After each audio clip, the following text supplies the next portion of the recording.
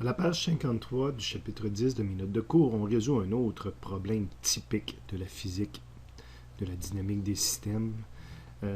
Typique, mais surtout complexe. La dynamique des systèmes, hein, on s'aperçoit que les problèmes sont plus complexes. Là, on me demandait souvent au début d'année quand est-ce que les problèmes vont être plus difficiles qu'au secondaire. Ben, j'espère que vous commencez à être satisfaits, là, ceux qui voulaient de la complexité un petit peu. Donc, c'est quoi cette situation-là typique? C'est un objet qui tient sur un autre par friction. Évidemment, j'ai deux blocs ici séparés. Si j'accote ce bloc-là et je le lâche, il va tomber. Mais si je pousse sur le bloc en arrière assez vite, à une certaine vitesse, le bloc en avant peut rester suspendu, comme par magie, si on veut. Comme quand je tiens un objet dans ma paume de main, puis si je tourne ma paume rapidement, si je fais avancer rapidement ma paume dans l'espace, ben, l'objet ne tombe pas par terre. Évidemment, des fois, les vitesses nécessaires sont très grandes. Donc, pour voir comment que Séguin l'a décrit, il faudrait arrêter la vidéo et aller lire à la page 246. À la deuxième lecture, bon, on s'aperçoit qu'il nous donnait la masse du bloc A, du gros bloc, 6 kg, la masse du bloc B, 2 kg. Donc, j'ai mon bloc A ici, mon bloc B ici. On nous donnait le coefficient de frottement entre toutes les surfaces. On nous disait que toutes les surfaces étaient du bois. Donc, si j'ai besoin du coefficient statique, c'était 0,5. Du coefficient cinétique, c'est 0,3. Je sais déjà que je vais avoir un frottement cinétique entre la surface ici, parce que je vais pousser sur le bloc.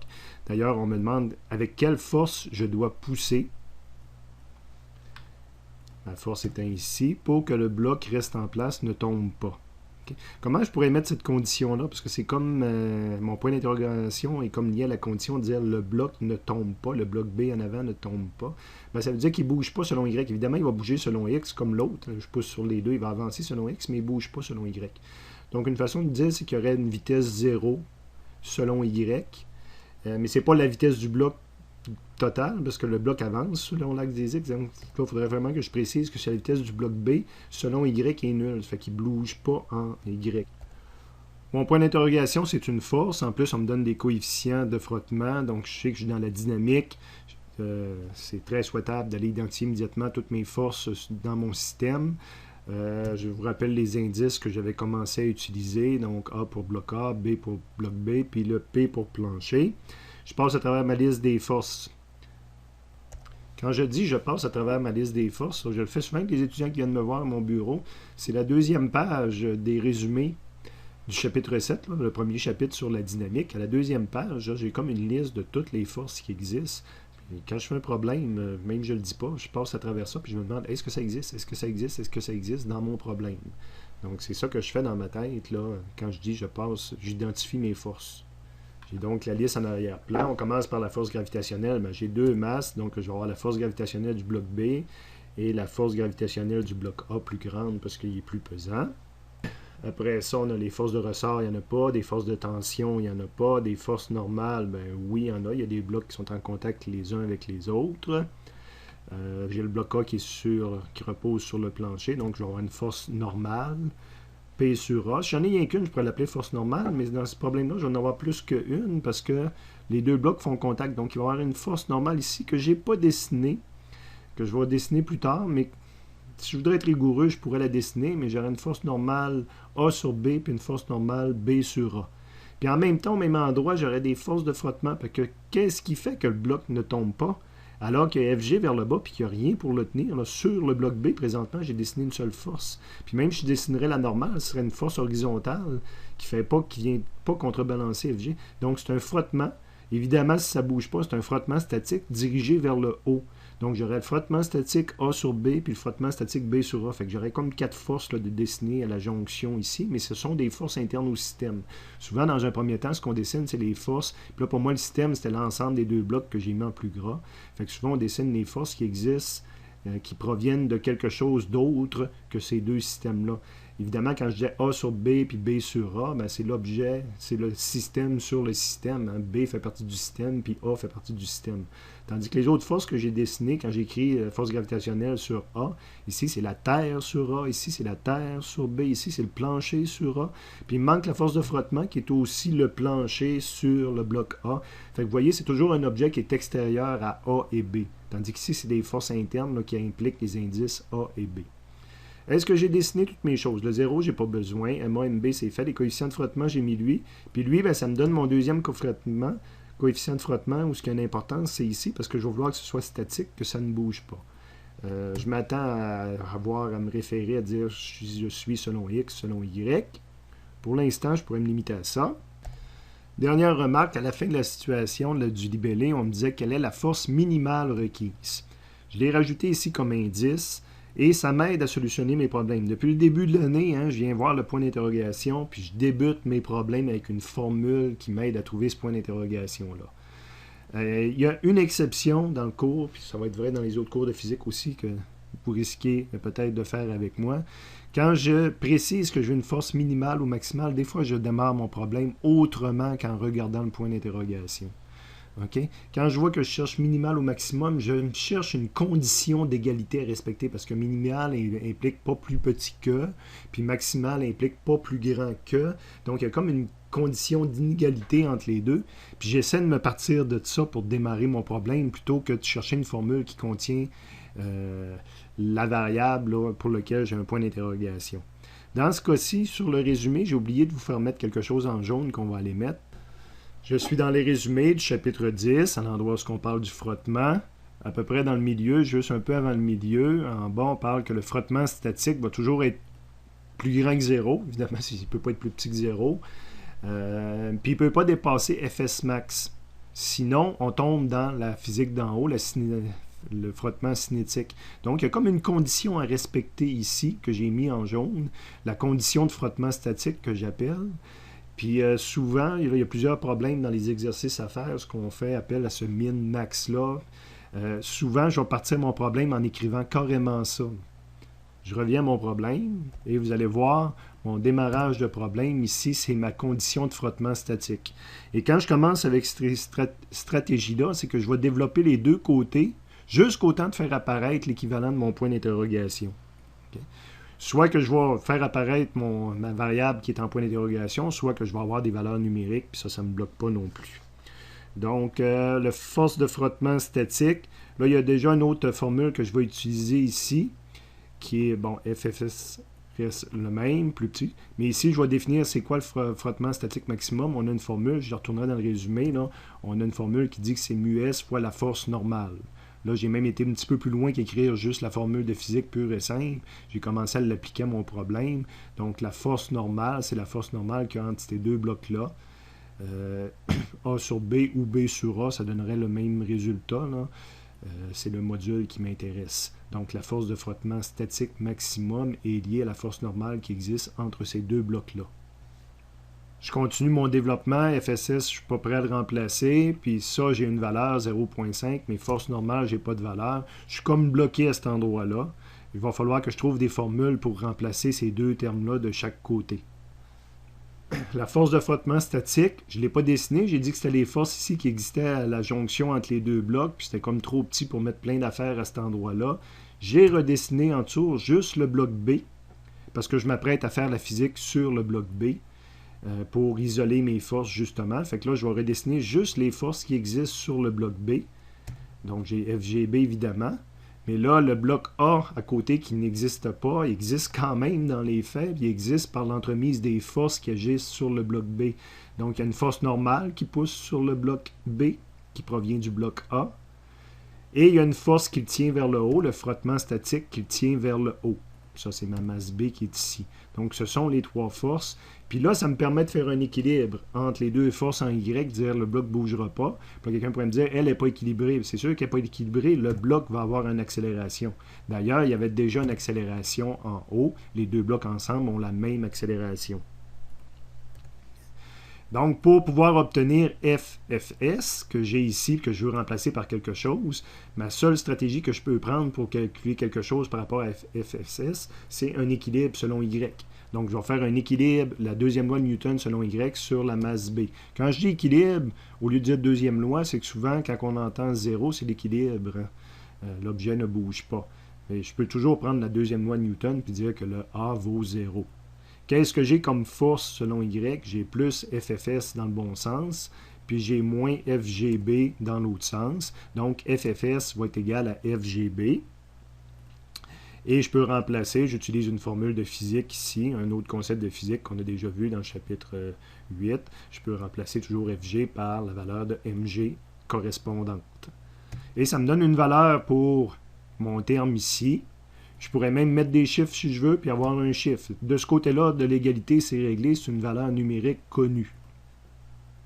De l'autre côté de l'inégalité maintenant, j'ai force normale A sur B, qui apparaît ici sur mon dessin, donc c'est la force qui pousse sur le bloc. Je veux calculer par rapport à quelque chose par rapport à cette force-là.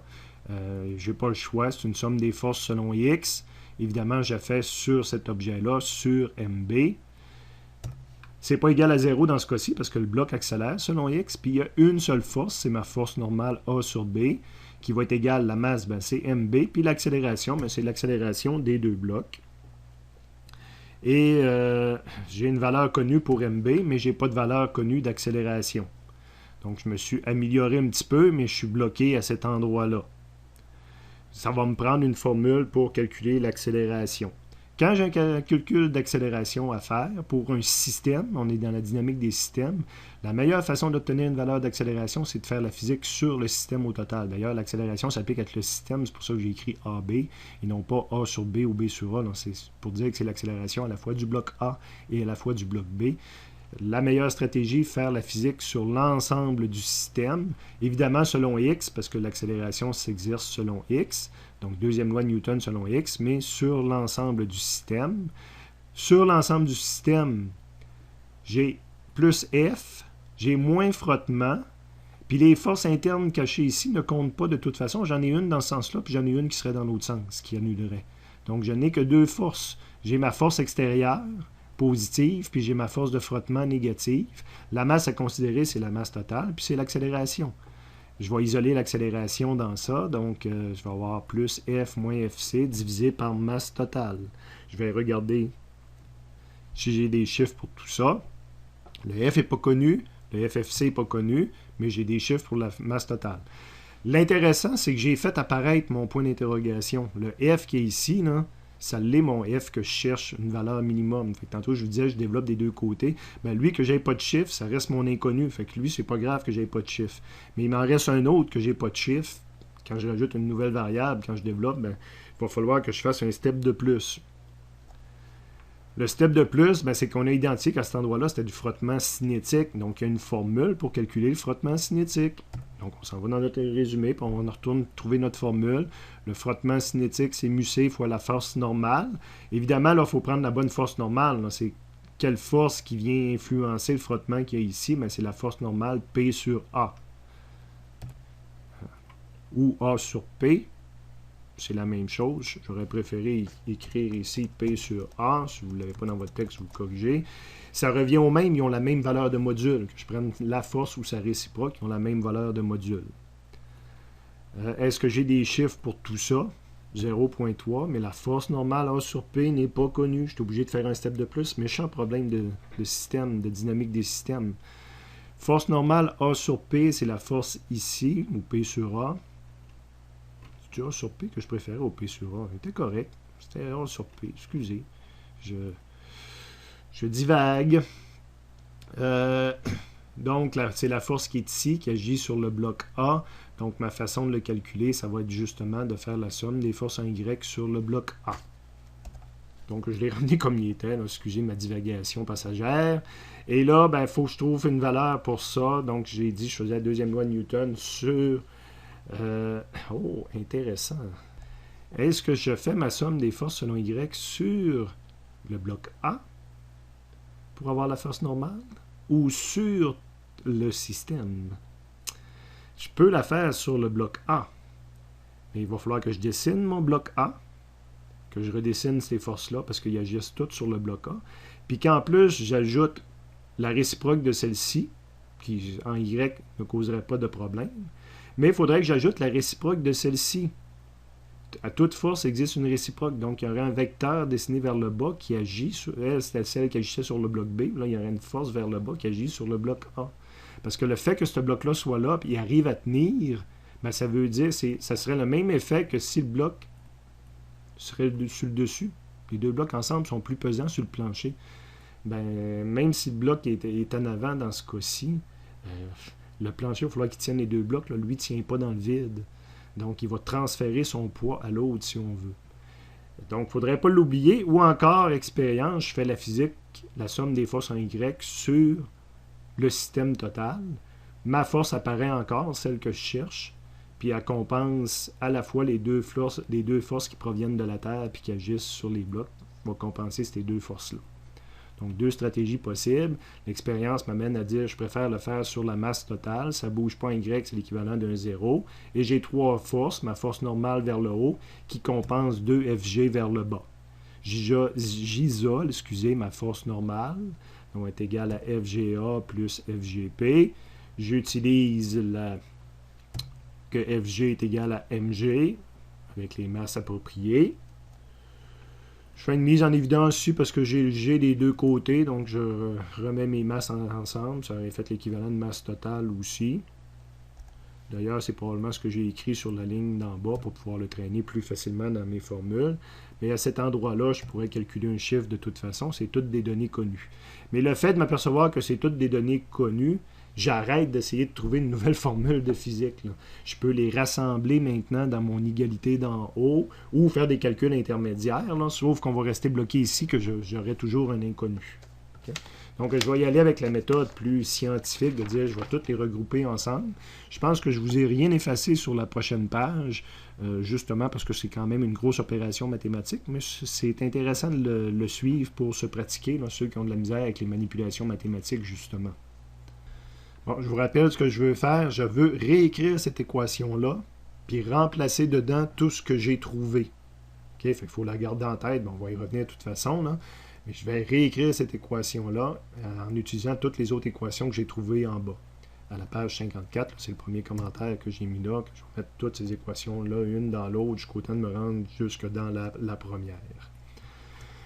Et la première, j'avais FFS de ce côté-là. Bon, on a calculé une équation pour FFS. Fait qu'ici, je remplace FFS par ça. Fait qu'à la page 54, c'est la première chose que j'ai écrit de ce côté-là de l'inégalité. Deuxième côté de l'inégalité, j'avais FS max, que j'avais déjà une première fois remplacé par ça, mu S fois force normale. Donc à la page 54, je vais avoir écrit mon mu S. Mais force normale, je l'ai remplacé par autre chose sur la page précédente. La force normale, je suis allé plus bas, j'ai fait un calcul, c'est mb fois l'accélération. Fait qu'à la page 54, j'ai écrit mb fois l'accélération, mais l'accélération, je l'ai également remplacé par autre chose. L'accélération, j'ai fait un calcul en dessous pour le remplacer par ceci. Je vais donc amener ceci dans l'autre page. Fait qu'au lieu d'écrire, j'ai écrit mes affaires, que c'est F moins mu C divisé par la masse totale. Je reviens en arrière quand je ne me rappelle plus. C'est F divisé par... Et le mu C qui est apparu, c'est parce que FFC... Je vais le remplacer par ce que j'ai trouvé ici, mu C fois force normale. Je retourne à la page 54, donc mu C fois force normale. Et même force normale, je l'ai remplacé par autre chose. Force normale, j'ai fait un calcul en dessous. Force normale, P sur A, j'ai fait le calcul, c'est masse totale fois G. Donc je reviens à la page 54 et j'écris mon masse totale fois G. Donc, gros travail de transcription, il faut faire attention, mais un coup que c'est fait, ben là, c'est des mathématiques pures et simples. J'ai MB des deux côtés, je peux le simplifier. Il me reste G, j'ai tout divisé par M total, il peut monter en haut de ce côté-là, puis mu S peut descendre en bas. Donc, de ce côté-ci, je vais me retrouver avec le M total qui a monté, le mu S qui a descendu. J'essaie d'isoler le F, hein? C'est ça mon inconnu. Tout le reste, c'est des chiffres connus. Donc, de ce côté-ci, il me reste F moins mu C, M total G. Moins quelque chose, je peux l'envoyer de l'autre côté, ça va devenir plus quelque chose. Donc mon F reste tout seul de son côté. Il est du côté plus grand, il faut faire attention quand je l'isole. Hein, il reste tout seul de ce côté-là. Là. Ce terme-là, je l'envoie de l'autre bord. Donc il reste tout seul du côté du plus grand ou égal. Et ce terme-là, un coup rendu de l'autre bord, il est rendu plus. Donc, il faut faire attention. Puis là, j'ai fait une opération mathématique cachée, dans le sens que j'avais masse totale puis G dans chacun des termes. Donc, je l'ai mis en évidence. De ce côté-là, il restait 1 sur mu S. Puis de ce côté-là, le moins UG qui était devenu plus de l'autre côté, il restait juste le moins mu C. Donc même là, j'ai fait une petite cachette mathématique, là, en espérant pas avoir trop perdu le monde. Et on s'aperçoit que c'est tous des chiffres, là. Quand je vous disais que c'était tous des chiffres de ce côté-là. Et avant de mettre les chiffres, j'ai aussi enlevé l'inégalité. Si f faut qu'il soit plus grand ou égal à ces choses-là, ben ça veut dire que la partie égale, c'est ma valeur minimum. Ça me donne une confirmation. En travaillant des problèmes comme ça, en partant avec une inégalité, à la fin, mon inconnu est supposé se retrouver du bon bord pour être logique avec est-ce que je calculais un minimum ou un maximum. Dans ce cas-ci, si f faut qu'il soit plus grand que ça, ben la partie ça, c'est ma valeur minimum dans mon problème. Et je mets des chiffres dedans parce que j'ai tous des chiffres de ce côté-là et je trouve ma valeur minimum à respecter. Dans le bas de la page, ben, vous avez des calculs intermédiaires qui auraient pu être faits là, pour traîner moins de variables. Ça aurait arrivé exactement la même chose. Là. Je les mets, je pense, parce que c'est bien les a calculés pour montrer qu'on arrive aux mêmes choses au même endroit. Plus bas encore, je me pose comme question, mais qu'est-ce qui arrive quand je suis plus bas que la force minimum qui est ici? Exemple, 150 newtons.